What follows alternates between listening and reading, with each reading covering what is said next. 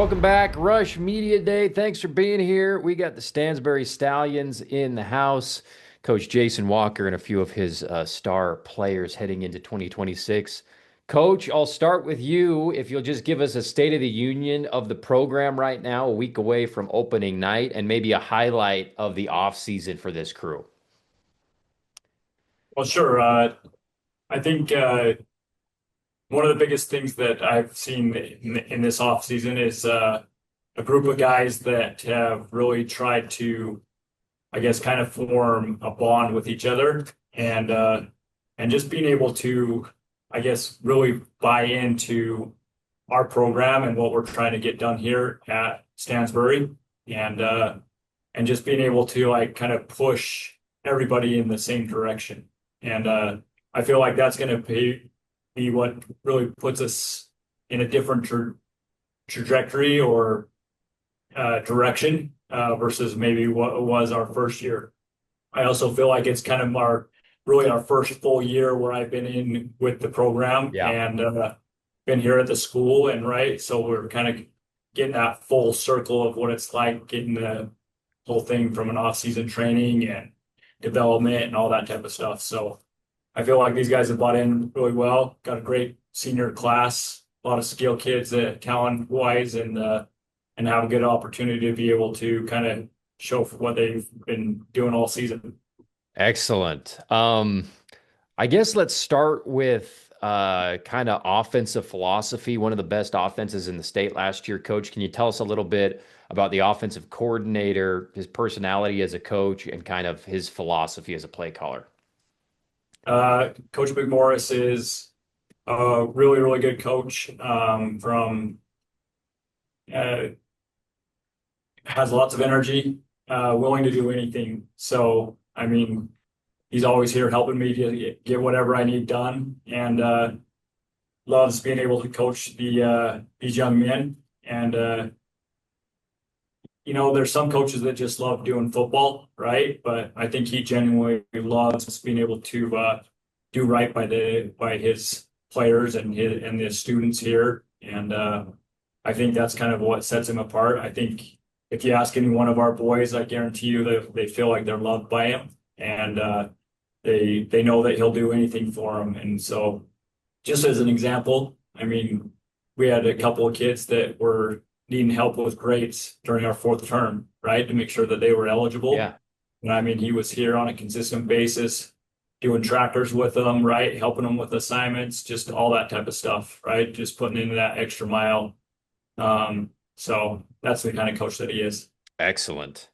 And then let's go to the defensive side of the ball. If you'll just tell us a little bit about your defensive philosophy, Coach. Um, from philosophy, we are base 3-4. That's what we go out of. But we are multiple. We do use a four-man front quite a bit by walking out one of our outside backers up there.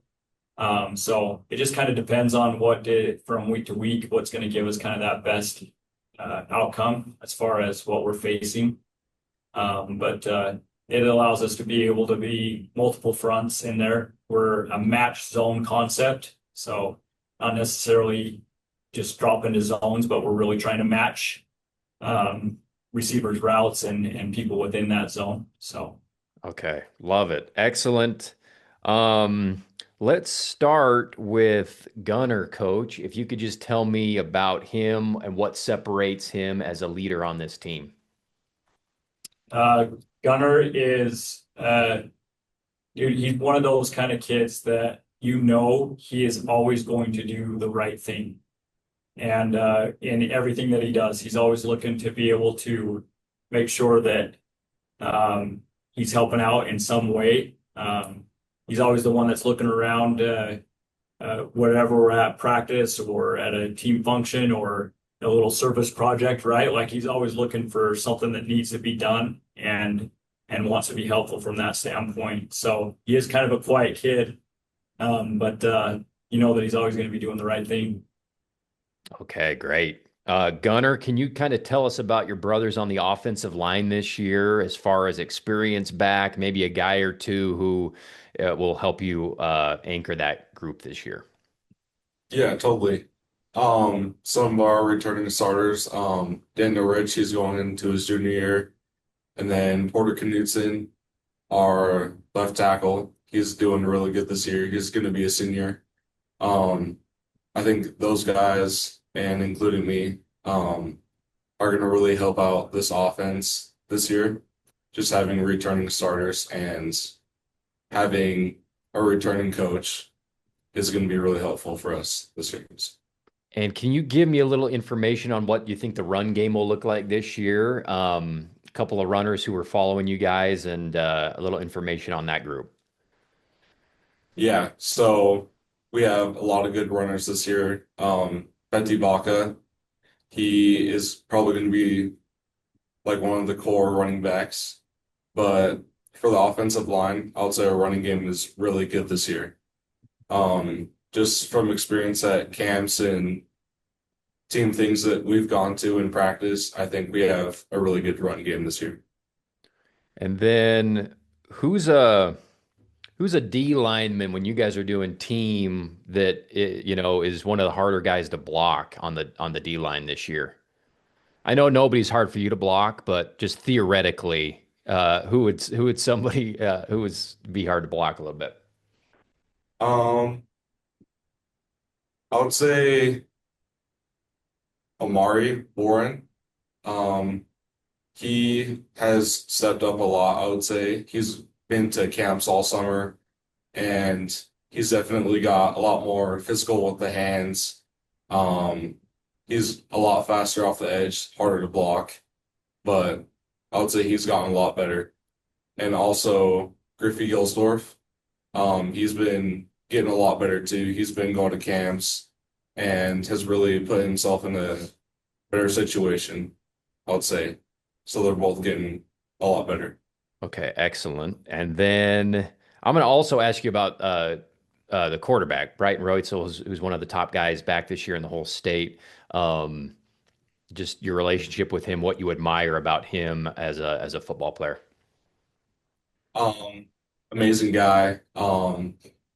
I could call him like one of my good friends, even though we might not like hang out that much. Um, Whenever we're going back into the huddle, he's always encouraging, even if one of us like absolutely craps the bed, then he's always there to support us. Kind of like the team glue, I would say. Um, he's just kind of that support system.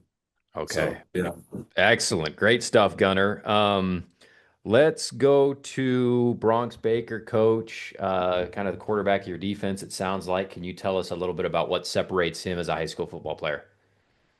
Brock's just absolutely loves football, and he's willing to work as hard as anybody out there as far as getting himself prepared from a physical standpoint, mental standpoint. Just wanting to be a student of the game. I can't give him something as far as a coaching point without him really evaluating it and diving into it, asking his own questions, analyzing it, saying, why would you do this or that? So just loves the game of football, is excited for uh, another senior season here, and the fact that he wants to be able to kind of demonstrate what he's capable of doing. Probably hoping that we can last through the whole season healthy, right? So that's what we're hoping for, and been bugged by a couple of shoulder things this last year, and we're just hoping that we can put a full season together.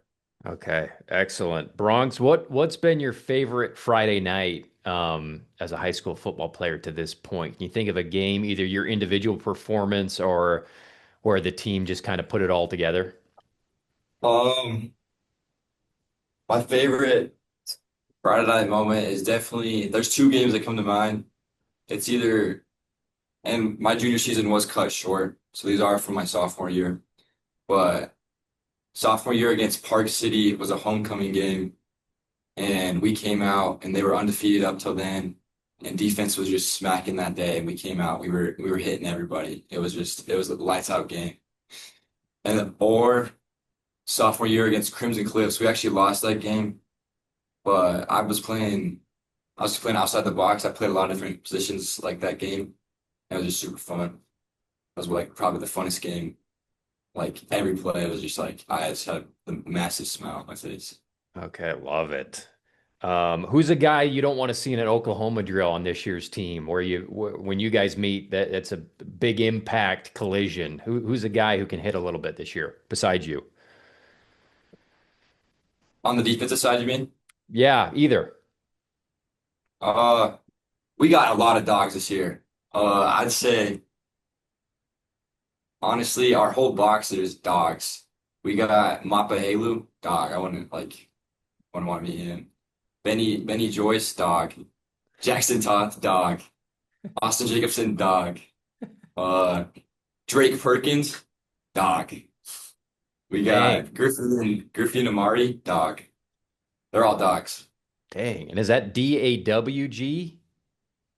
Yeah, Okay, dogs. all right. That's serious stuff then. Wow, that's a lot of dogs. Okay, Yeah, awesome. we Awesome. like to pop. All right, let's go to Lincoln Roitzel, one of the top guys getting a bunch of targets this year. Watching your highlights last year, what a fun offense to be a part of, Lincoln. I'll ask you the same question. What was your favorite game last year catching passes for the Stallions? My favorite game last year was probably either Skyview or Bonneville. Bonneville was just fun because I got a ton of targets. I went off that game. But Skyview was probably the most fun as a team just because it was a super high scoring game and we got to throw the ball a ton. Who are some young guys in the receiving core? Obviously, Boston is going to be a big part of it too next to you. But who are some young guys who you've been impressed with, who will you kind of see stepping up this year to make contributions? We got Marcus Rhodes. He's a younger brother of Leo Rhodes we had last year. He stepped up a ton. He's going to be a big player for us. Also, Junior Halu. He's going to be one of our other slot receivers, and he's a big body, 6'3", and he can make plays. Okay, awesome. And what aspect of your game as a receiver would you say you take the most pride in? For some guys, it's their route running or jump balls or blocking. What do you take the most pride in about how you play the position? I'd say being able to get open every play, and then when the ball is thrown to me, not drop in, no matter how open I am or not. If it touches my hands, I got to catch it. And I doubt on a play where you're wide open and Brighton doesn't throw it to you, I doubt you like go up to him and say, "Hey, where the heck you looking? I was wide open." Like I bet you just say, "No, it's whatever, wherever he goes with the ball's fine," right? Yeah. Okay, awesome. Let's go to Boston. Rowley, another kid who made a ton of plays last year.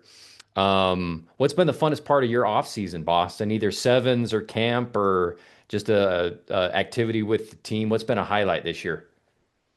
I really feel like Richfield was super fun for our team. I feel like we really got a bond, and it was just we went down to Richfield High School as a team camp, and so we were able to scrimmage a bunch of other teams and do our practices, and it was just a fun week to go and bond with everyone.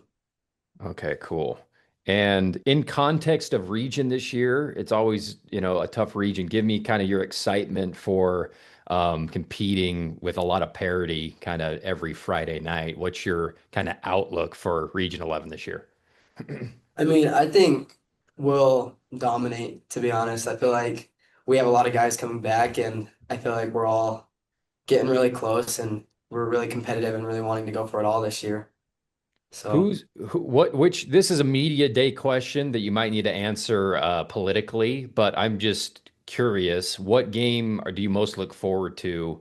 And usually there's a traditional rival, but some seasons it's like, oh, this year we've really got this one circled. You want to answer that question? Yeah, I think Ridgeline for sure. I feel like we haven't been able to beat them for the past few years, and so, but I think we have a pretty good chance this year that we could, and so I think everyone's looking forward to that game. Okay, love it. Who's a guy who's not here, Boston, not one of these guys, who's toughest to beat in a 40-yard dash this year on the roster? Um, Probably Ryder Meyer. He's a junior, and he ran track with me this year. He's gotten a lot faster. And what position So, does he play? receiver and DB. Okay, sweet. And then Gunner, give me a guy who is toughest for you to out squat in the weight room. Out squat. Um, Probably Drake Perkins. He's been hitting the weight room like crazy. Um, he's not an O lineman, but he's been hitting the gym like crazy, squatting a ton of weight. And what position does he play? Strong safety. Yes, safety. Dang. Okay. Awesome. And then um let's do Bronx. Who puts the most effort into looking good in their uniform on Friday nights? You're looking at him right here. Nice. Okay. You Love all it. the way from It's him or Danny Rich for sure, the same. Okay. Nice. And then, coach, who's a kid that's not one of these four? Because I'm sure they would be the answer, but who you're impressed with their like awareness, knowledge of the game, coach on the field, like he can help a confused teammate during a game, and somebody like that who's you're impressed with how smart they are as a football player. Well, shoot, man, you can't say like when you say not these four, obviously our quarterback, Brian Reitzel would be that Oh guy. yeah, of course. It's not that four. If and I mean, there's not a better student of the game. Like he's honestly the guy that's always like watching film, studying it out, right? And I think that's kind of what really sets him apart. Being, maybe a little bit undersized, but he plays bigger than anybody else out there on the field, right? So, but he's definitely one of those kind of guys that have a mind. I would say in addition to him, um, it's hard for me to say one after I've kind of talked about him, right? But I feel like there's a few guys that are really trying to like learn it and like being able to like understand our scheme and that type of stuff. I mean, what do you guys think? Who do you think is one of those football guys? Yeah. Uh, what would you say? I can't say you, but I think I don't know. What about underclassmen? I mean, I would probably say Daniel, definitely. Griffey spends a lot of time trying to figure out what he's supposed to be doing. Uh, Love it. Love it. That's Griffey Gilsdorf. yeah. Perfect. Um, All right, guys. Coach, I guess we'll end with if you'll just tell us a little bit about the challenge you got ahead of you on week one and kind of the matchup there. yeah, so obviously week one's with Skyline. We moved that game up to Thursday on the 13th for the KSL TV game, I Yeah. guess, is from what I've been told. So we're all pretty excited about that. I think there's some extra motivation from our end to make sure that we show out for that game. Um, just from a program to program standpoint, like I feel like they've got a bunch of transfer guys that have come to that school this year. I think everybody that's in the state is well aware of that, and trying to get a few of our guys to go out that way too from that standpoint. So I think there's a lot of I guess focus on that from that standpoint, and just being able to show out to and represent what we are here at Stansbury and as a place of destination, but also just from a program standpoint of knowing what we are. And we want to make sure that we put ourselves with our best foot forward. So I think it's going to be a really good game. I mean, they're talented. I feel like we're pretty talented. I would say that these are probably two teams that for sure are going to have a say in what it looks like in the last four teams playing, right? So Yeah. I feel like we both have a really strong chance of being one of those guys, one of those teams. Excellent. That is a heck of a matchup, week one. Thank you guys. Thanks for making time. Coach Jason Walker, everybody, and Stansbury Stallions. Go Stallions. We'll be rooting for you. Hopefully we can get you on again after a big win this year. Good luck, guys. Thank you. Appreciate Thank you. Appreciate it. Quick break. We'll be back right after this. Thanks, guys.